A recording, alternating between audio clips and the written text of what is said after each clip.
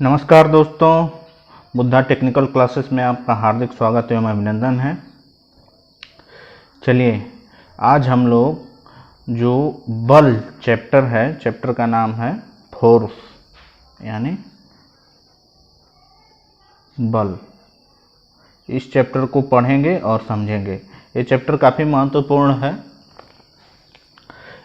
ये जितने भी आईटीआई छात्रों के लिए, UPPCL, RRB, JE, boring technician, CTI and other जो भी छात्र एग्जाम कर रहे हैं प्रतियोगी परीक्षाओं के, उनके लिए काफ़ी महत्वपूर्ण है। चलिए इस चैप्टर को हम लोग बड़े ही जानदार और शानदार तरीके से पढ़ेंगे और समझेंगे। चलिए पहला चीज़ जो इसमें आता है बल। बल क्या चीज़ होता है?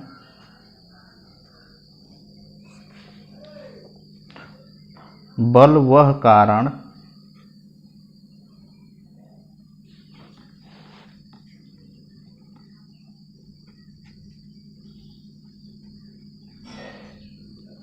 जो किसी स्थिर वस्तु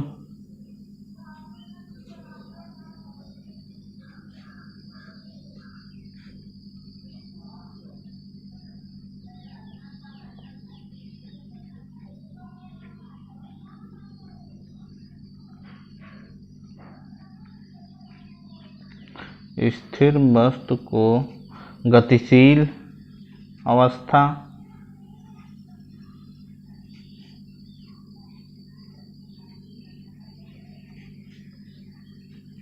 में अथवा गतिशील वस्तु को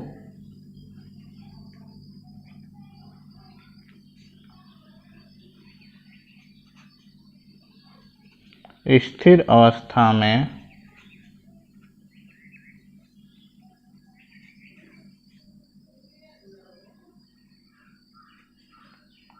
करने का प्रयास करता है,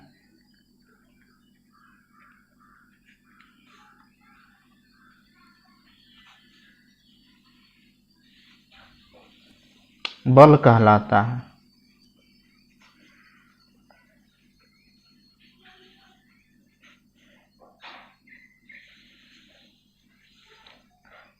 यह एक सदिश राशि है।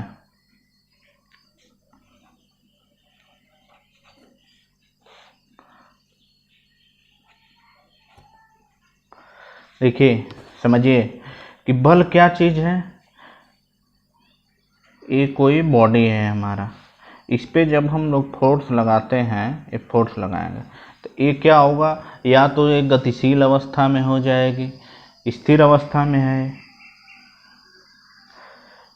तो इस पे जब हम फोर्स लगाएंगे तो क्या होगा, ये गतिशील अवस्था में हो जाएगी या गति की अवस्था में लाने का हम लोग प्रयास कर रहे हैं। प्रयास करना भी बल है। जैसे सपोज दैट आप एक दीवार है, उसको आप धक्का देंगे तो क्या हो रहा है, दीवार तो खिसकेगी नहीं, काफ़ी मजबूत दीवार है तो दीवार तो हटेगी नहीं।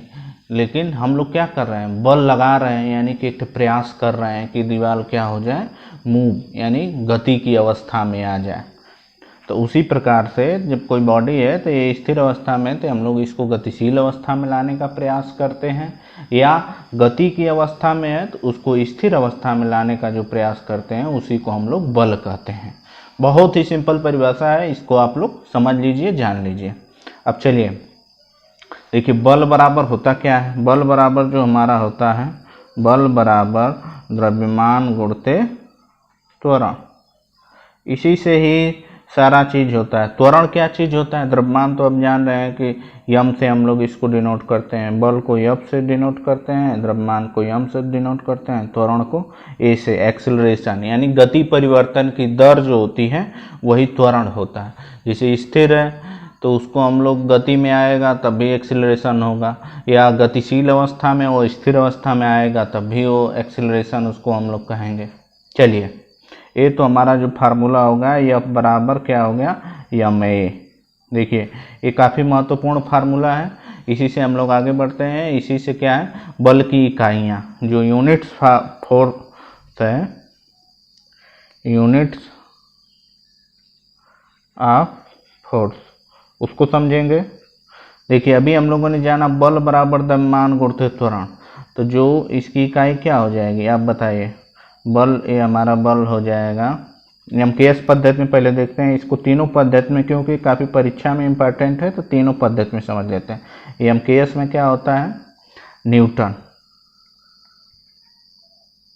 बल का जो मात्रक होता है एमकेएस पद्धति में न्यूटन होता है। न्यूटन को और क्या हम लोग लिख सकते हैं, जैसे द्रव्यमान है तो द्रव्यमान को हम क्या लिख सकते हैं, केजी, किलोग्राम।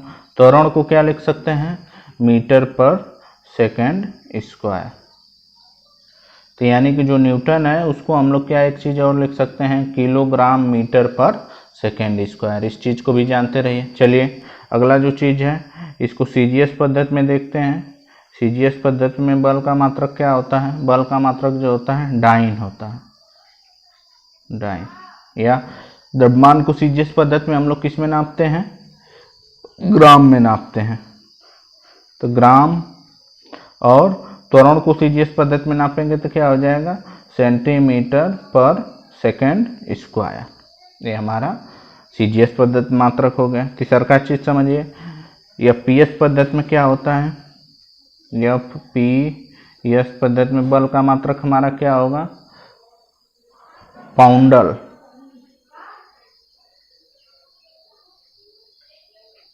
या इसको हम लोग क्या करेंगे,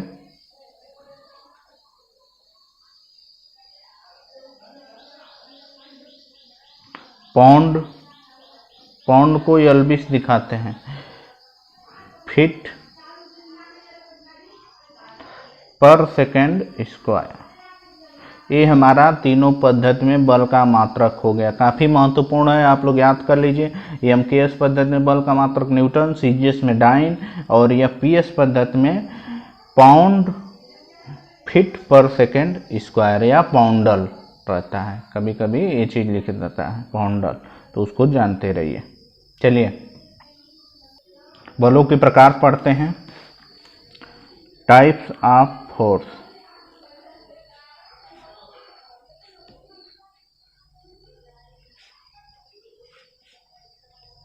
कौन कौन प्रकार होते हैं, देखिए मुख्य रूप से जो हमारा पहला बल होता है तनाव बल, दूसरा जो होगा दबाव बल,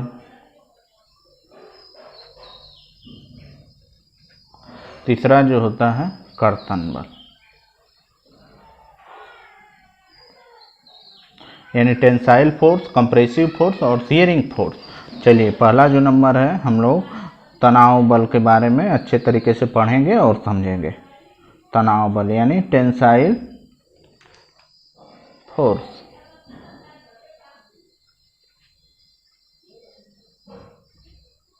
टेंसाइल फोर्स क्या होता है, जब किसी वस्तु पर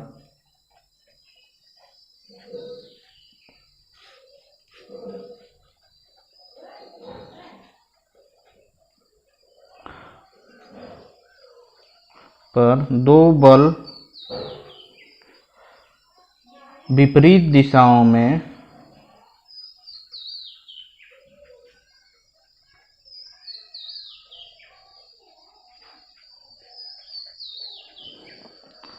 एक ही अक्ष पर लग रहे हो,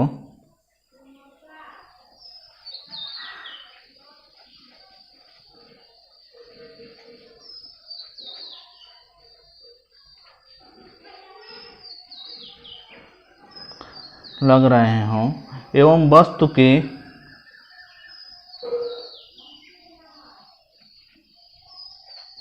लंबाई में वृद्धि करने का प्रयास कर रहे हों।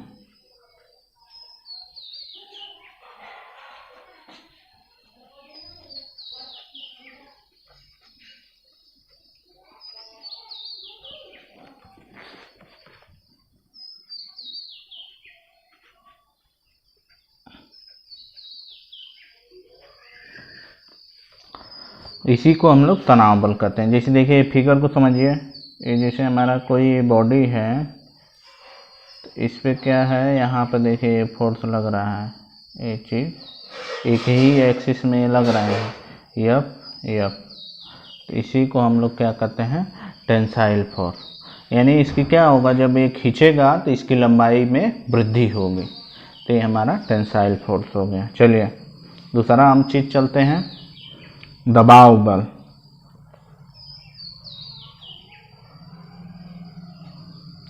यानी कंप्रेसिव फोर्स।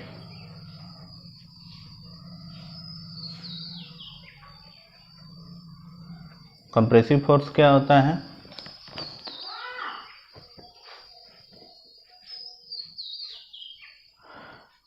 जब किसी वस्तु पर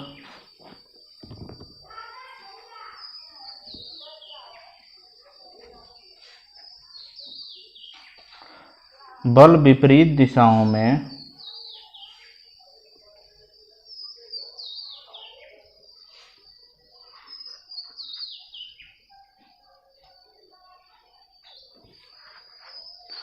एक ही अक्ष पर लग रहे हों,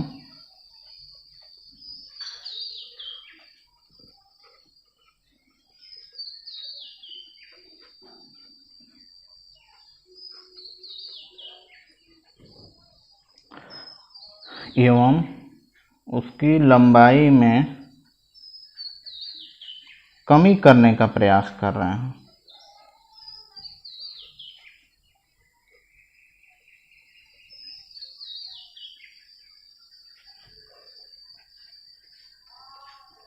उसी को हम लोग कंप्रेसिव फोर्स कहते हैं। जैसे देखिए हमारी कोई एक बॉडी है,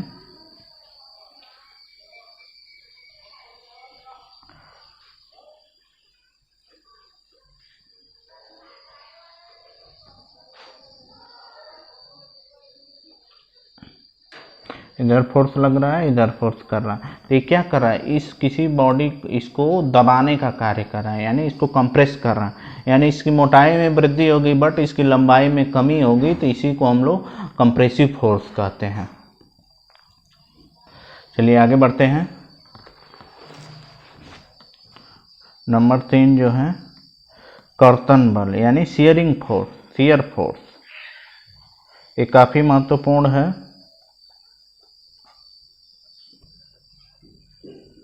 शियर का मतलब क्या होता है?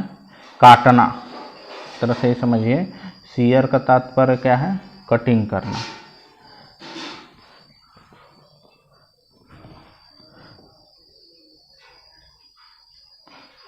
जब किसी वस्तु पर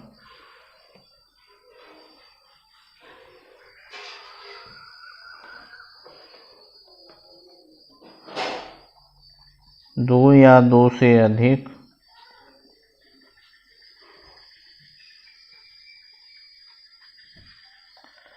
परस्पर विरोधी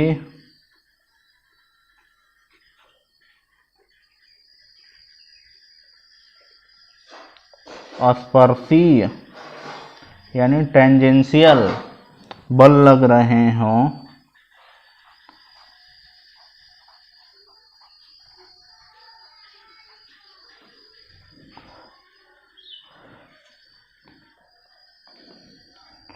तो वस्तु में कर्तन उत्पन्न हो जाता है।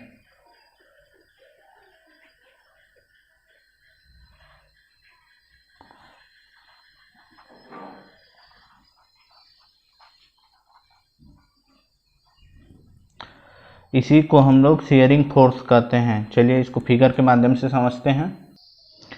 इस फिगर को देखिए, यहाँ पे एक रिवेट जॉइंट है, ये हमारा रिवेट है, इस पे दो प्लेटों के बीच में लगा। एक पहली प्लेट हमारा ये है, फर्स्ट प्लेट, और दूसरी प्लेट ये है।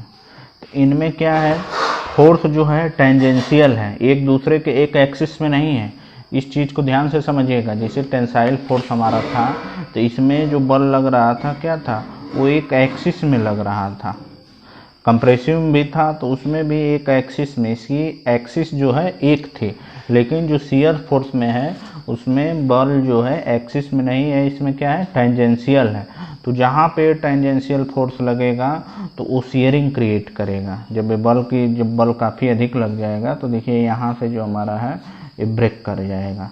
जो ये रिवेट है, ये रिवेट यहाँ से कट जाएगा। तो इसी को हम लोग शियर फोर्स कहते हैं। इस चीज़ को काफ़ी अच्छे से समझिए, काफ़ी महत्वपूर्ण है। चलिए आगे बढ़ते हैं। आगे बढ़ते हैं, बलों का सीधा प्रभाव देखते हैं। बलों का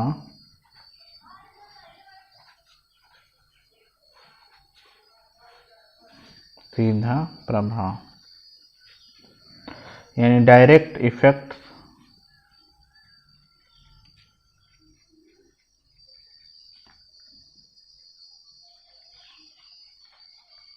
ऑफ फोर्स। तो देखिए जो बल हैं ये कहाँ कहाँ पर प्रभाव डालते हैं। नंबर एक जो होता है, देखिए समझिए, टेंसाइल इफेक्ट जो होता है, जो हमारा किसी बॉडी पे लग सकता है तो क्या इफेक्ट डालेगा, टेंसाइल इफेक्ट। ये जानते रहिए, काफ़ी महत्वपूर्ण है, यानी कि तनाव प्रभाव। नंबर दो जो हम लोग है 20 के पूर्व में देखे भी हैं, दूसरा क्या करेगा, कंप्रेसिव इफेक्ट, कंप्रेसिव इफेक्ट डालेगा। तीसरा जो जी हम चलते हैं, शियर इफेक्ट डालता है, अभी हम पूर्व में ही समझे हैं शियर इफेक्ट। अगला जो देखिए, अगला जो प्रभाव है ब्रेकिंग इफेक्ट, यानी जब किसी बॉडी पे बल ज़्यादा लगेगा तो तोड़ने का प्रयास करेगा। ब्रेकिंग, झटका जब लगता है तो ब्रेकिंग इफेक्ट डालेगा, यानी तोड़ने का प्रभाव।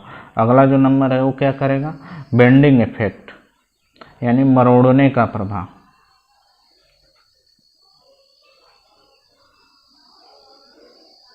ये जो है हमारे बलों का प्रभाव है। चलिए अब आगे हम लोग बढ़ते हैं, बल का प्रदर्शन। बल का प्रदर्शन यानी प्रेजेंटेशन ऑफ फोर्स।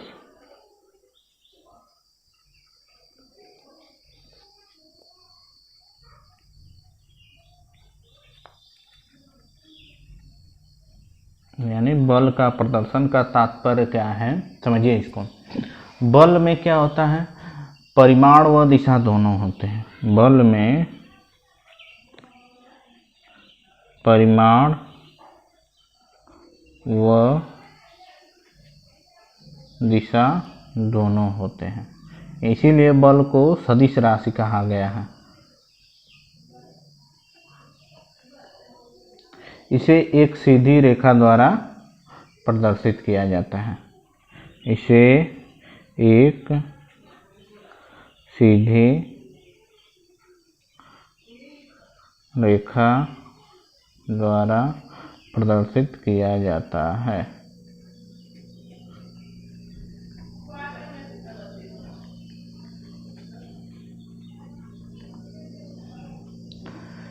यह एक वेक्टर राशि है।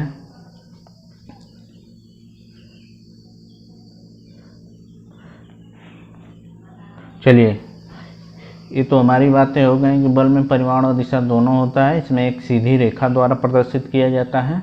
जैसे समझिए कि जैसे कोई एक एग्जाम्पल हम लोग लेते हैं, P है, P फोर्स है, किसी A से B तक कार्य कर रहा है। P जो है बल है, कहाँ कार्य कर रहा है, A से B की ओर। तो जब भी इसको हमें प्रेजेंटेशन करना होगा तो कैसे करेंगे, यानी ए बी के ऊपर ए तीर इंडिकेट करेंगे, यानी कि जो बल हमारा लग रहा है किधर से किधर लग रहा है, ए से बी की तरफ। प्रेजेंटेशन का मतलब यही है। फिर या और समझते हैं, जैसे यही बल जो है बी से ए की तरफ लगे तो उसको हम लोग कैसे प्रेजेंट करेंगे, यानी कि बी से ए की तरफ। तीर वेक्टर दिखाने का मतलब क्या है, दिशा ये बता रहा है ना कि ये किधर से किस साइड की ओर जा रहा है। इसी को हम लोग प्रेजेंटेशन ऑफ फोर्स कहते हैं। इस चीज़ को अच्छे से समझ लीजिए। चलिए आगे बढ़ते हैं।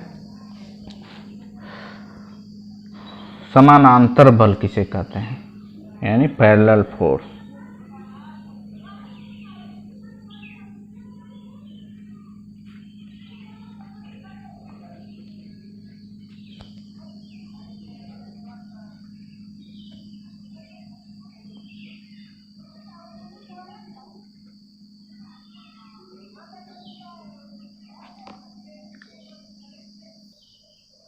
देखिए, जब किसी वस्तु पर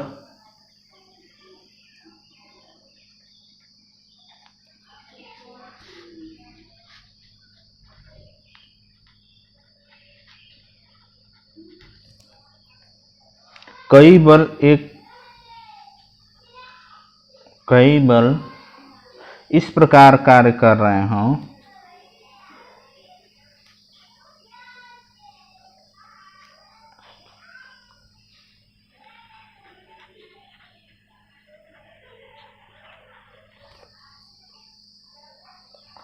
कि उन बलों की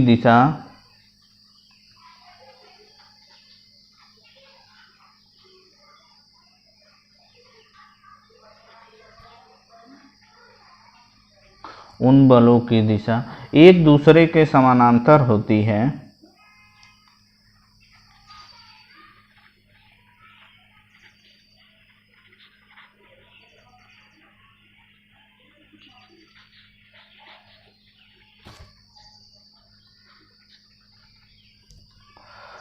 तो ऐसे बल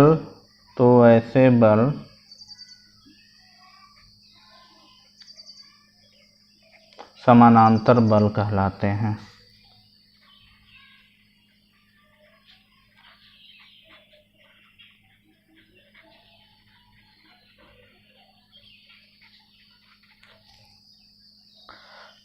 चलिए समझते हैं समानांतर बल के प्रकार। ये दो प्रकार के होते हैं। कितने प्रकार के होते हैं? दो प्रकार के होते हैं। कौन कौन से? नंबर एक जो होता है समदिश समानांतर बल। देखिए नाम से ही इसको समझिए, समदिश समानांतर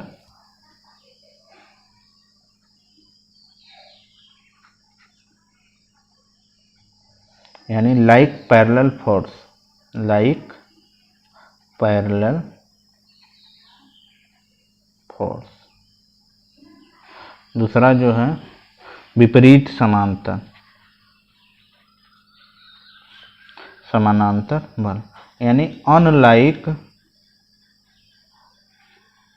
पैरेलल फोर्स। ये काफी महत्वपूर्ण है, इन बातों को समझते हैं। क्या होता है समदिश समानांतर बल और विपरीत समानांतर बल।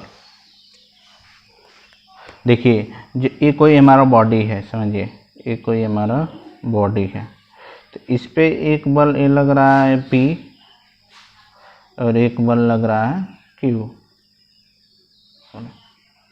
इधर तीर ये हमारा P फोर्स लग रहा है, एक Q फोर्स लग रहा है। तो ये देखिए एक दूसरे के बीच को दूरी जो है वो समानांतर है यानी समान है। तो इसी को हम लोग क्या कहते हैं? समदिश समानांतर बल।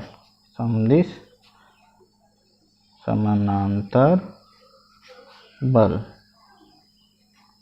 यानी सपोज दैट आप क्या करते हैं, कोई एक मान लीजिए कि एक वस्तु है, भारी वस्तु है, दो लोग इसको मिलके क्या करते हैं, यहाँ से एक लोग बल इधर ऊपर लगा रहे हैं, एक बल ऊपर लगा रहे हैं, तो दोनों क्या हो जाएगा, ये वस्तु हमारी ऊपर की तरफ उठ जाएगी। तो इसी को हम लोग क्या कहते हैं? समदिश समानांतर बल।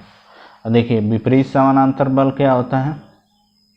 इसमें कंडीशंस ये है कि दोनों एक ही दिशा में कार्य करने चाहिए। देखिए P भी उसी ऊपर की दिशा में काम कर रहा है, Q भी नीचे की दिशा में काम कर रहा है। या ऐसे भी हो सकता है कि क्या एक कोई बॉडी है तो P भी इधर नीचे की तरफ काम करे, Q भी नीचे की तरफ काम करे, तो ये हमारा क्या हो गया? ये भी समदिश समानांतर बल है।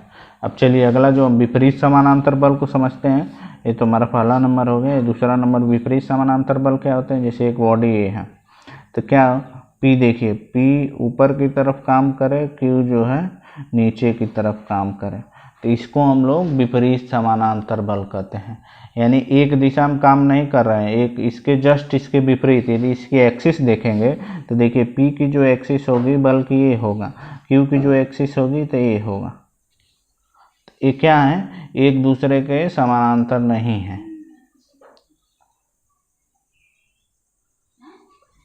इनकी डायरेक्शन अलग अलग है, तो इसको हम लोग अनलाइक पैरेलल फोर्स कहते हैं। चलिए आगे बढ़ते हैं।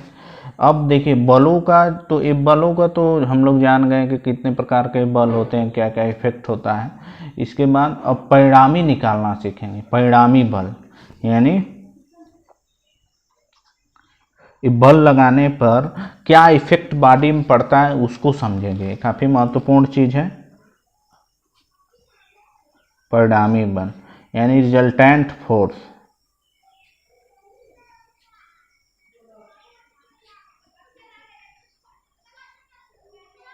रिजल्टेंट फोर्स क्या होता है उसको समझते हैं। जब दो या दो से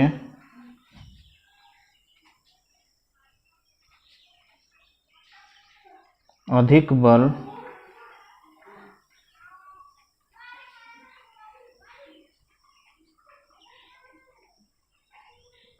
किसी वस्तु पर कार्य करते हैं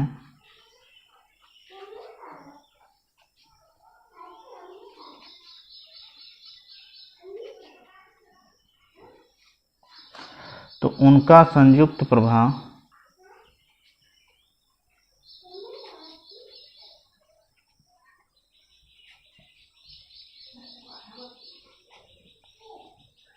एक बल द्वारा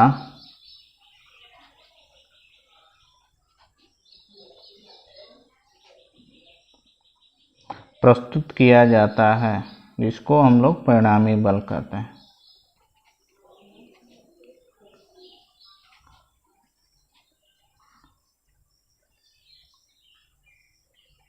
उसको हम लोग परिणामी बल कहते हैं।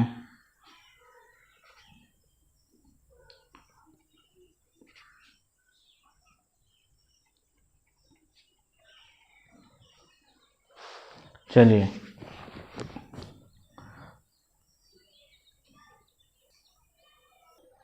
इसमें दो प्रकार का होता है। प्रथम स्थिति हम लोग चलते हैं।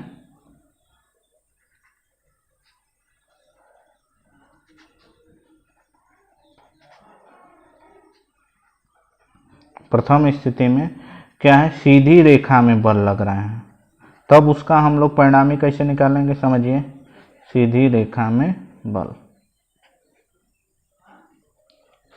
इसमें जो ये नंबर है कि जब सभी बल, कंडीशन है, देखिए दो तीन टाइप के कंडीशन है, उसको समझिए।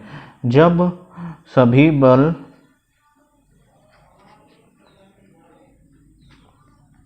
एक सरल रेखा पर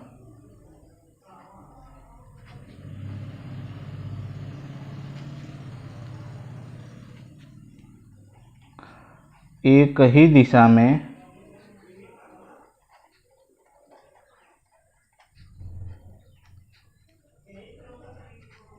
कार्य कर रहे हैं,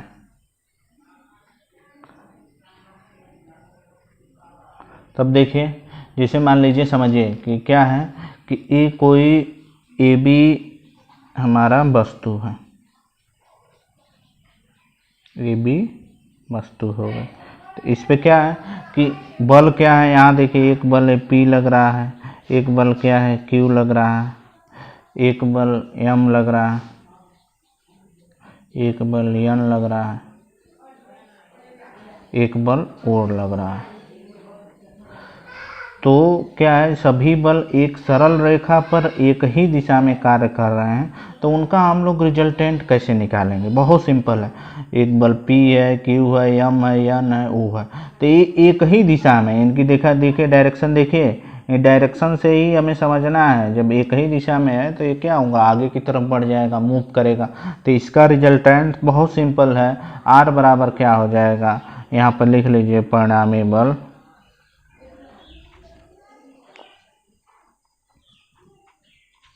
R बराबर P plus Q plus M plus N plus O।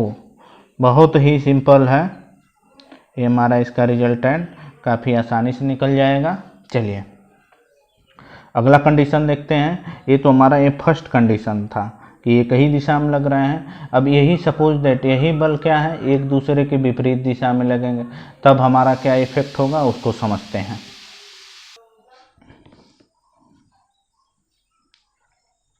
जब बल एक ही सरल रेखा पर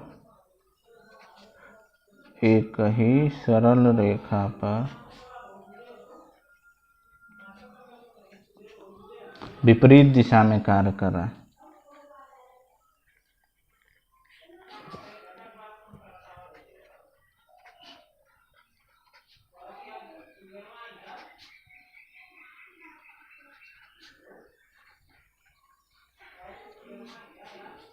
देखिए समझिए कि यही मान लीजिए ये भी हमारा क्या है, कोई वस्तु है, इस पे क्या है कि इधर एक बल P लग रहा है हमारा, इधर एक बल Q लग रहा है, एक बल M लग रहा है इस डायरेक्शन की तरफ, इधर क्या लग रहा है, एक बल N लग रहा है, एक बल O लग रहा है। तो कॉमन सी बात है, जो इसका रिजल्टेंट होगा R बराबर क्या होगा बताइए, कि P plus Q plus M minus N minus O, ये हमारा इसका रिजल्टेंट होगा। क्योंकि ये जो दो बल हैं ये क्या है कि इसके विपरीत लग रहे हैं। कुल मिला के यदि संतुलना अवस्था में है, इसको देखा जाए तो हम लोग क्या इसको और लिख सकते हैं कि P plus Q plus M तो एक साइड होगा और N प्लस O एक साइड होगा, तभी ये हमारा संतुलना अवस्था होगी। यदि इसके दोनों के बल इनके तीनों के बराबर हो जाए। यदि नहीं होगा, यदि सपोज दैट इधर बल अधिक होगा, तो जैसे सपोज दैट हम लोग रस्सी खींचते हैं, मान लीजिए एक साइड 3 लोग हैं, एक साइड 2 लोग हैं, तो यदि ये दोनों लोग इन 3 लोगों के बराबर बल लगाते हैं तब तो किधरों की नहीं रस्सी खींच पाएगी। लेकिन सपोज दैट तीनों लोग अधिक ताकतवर हैं इन दोनों लोगों की अपेक्षा, तो क्या है, रस्सी इस साइड हमारा खींच जाएगी। ये हमारा जब बल एक ही सरल रेखा पर विपरीत दिशा में कार्य कर रहे हों तो एक कंडीशन उत्पन्न होती है। चलिए अब जो दूसरी स्थिति थे वो क्या है, द्वितीय स्थिति। प्रथम स्थिति में तो एक था कि सीधी रेखा में लग रहे थे, लेकिन द्वितीय स्थिति में क्या है,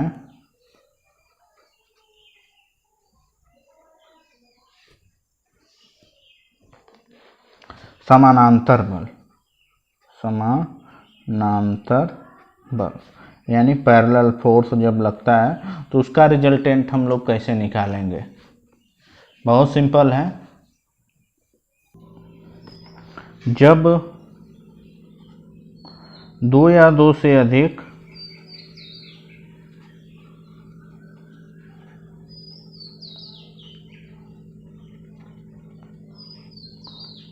समानांतर बल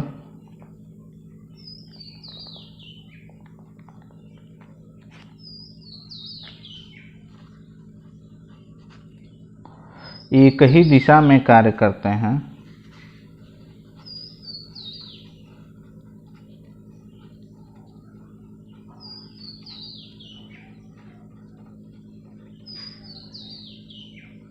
तो उनका परिणामी बल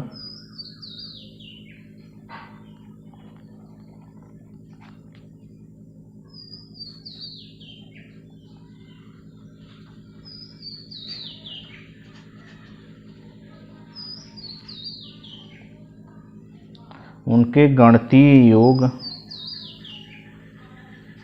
उनके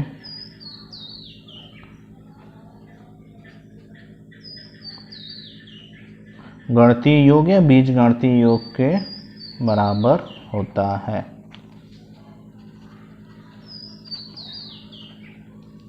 चलिए समझते हैं इस बात को। इसे देखिए, कोई बॉडी है P और Q, इस पे कौन कौन से फोर्स लग रहे हैं, ये हमारा एक फोर्स M लग रहा है, इधर एक फोर्स N लग रहा है,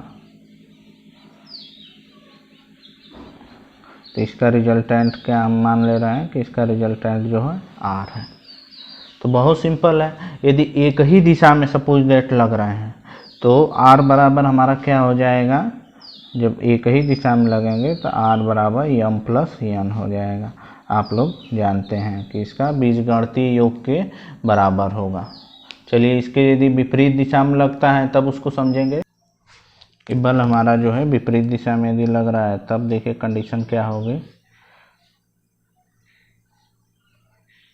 ये M था, ये N था, तो देखिए ये जो बल हमारा लग रहा है P Q, इसको माने थे, तो ये घूर्णन की स्थिति पैदा करेगा। देखिए यदि जिस बल की अधिक मात्रा होगी, देखिए ये क्या करेगा, घूर्णन की तरह, यानी कि ये मूव कर जाएगा। कॉमन सी बात है, जब बल अधिक लगेगा एक ही डायरेक्शन में, देखिए ऐसे लग रहा है तो एक घूर्णन की स्थिति उत्पन्न हो रही है। तो घूर्ण के नियम से जो इसका देखिए कहीं न कहीं इसका एक्सिस होगा, तो हम लोग इसका मान ले रहे हैं कि O पॉइंट ए एक्सिस है, यहाँ पे इसका ये रिजल्टेंट लग रहा है। तो समझिए, तो बहुत सिंपल है। घूर्ण के नियम से क्या कहता है, बल गुणते बल की दिशा में लंबवत दूरी, जिस पॉइंट पे आलम जैसे उत्तोलक चैप्टर में हम लोग पढ़ेंगे तो उसी टाइप के सिद्धांत पर काम करेगा। तो ये कहाँ से इसकी दूरी का हो जाएगी, OP। तो यम गुणते OP या PO दोनों लिख सकते हैं, बराबर क्या हो जाएगा, Q गुणते क्या हो जाएगा, OQ। यन जो फोर्स लग रहा है, यन गुणते QO। तो इसे हम देखें, यहाँ से हम लोग बल का मान निकाल सकते हैं। तो यम बराबर क्या हो जाएगा, यन गुणते QO बटा के PO। एक तो ये चीज़ यम का मान निकल जाएगा। सपोज दैट यन का मान निकालना होगा तो यन बराबर हमारा क्या हो जाएगा, इस चीज़ को इधर भेज देंगे, यानी यम गुणते PO बराबर QO। ये हमारा यन का मान निकल जाएगा। तो इस तरह से हम लोग इसको निकाल सकते हैं कि यानी बल विपरीत दिशा में लग रहा हो। चलिए आगे बढ़ते हैं। तीसरा जो कंडीशन थे, तृतीय स्थिति,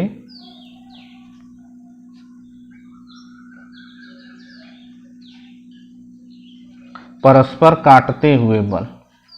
एक तो हमारा क्या था, एक सीधी रेखा में पहला कंडीशन हम लोग पढ़े हैं, सीधी रेखा में। दूसरा कंडीशन समानांतर दिशा में, या तो समदिश समानांतर हो गया था या विपरीत समानांतर हो गया।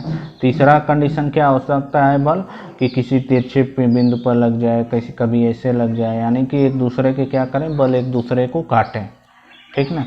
तो परस्पर काटते हुए बल लगेंगे, तब हम लोग उसको कैसे, उसका रिजल्टेंट का मान निकालेंगे। इसको निकालने के लिए बलों के त्रिभुज का नियम, बलों के त्रिभुज का नियम या बलों के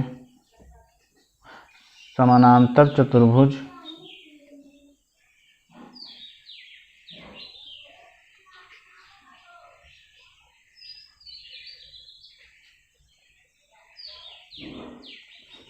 के नियम द्वारा ज्ञात करते हैं।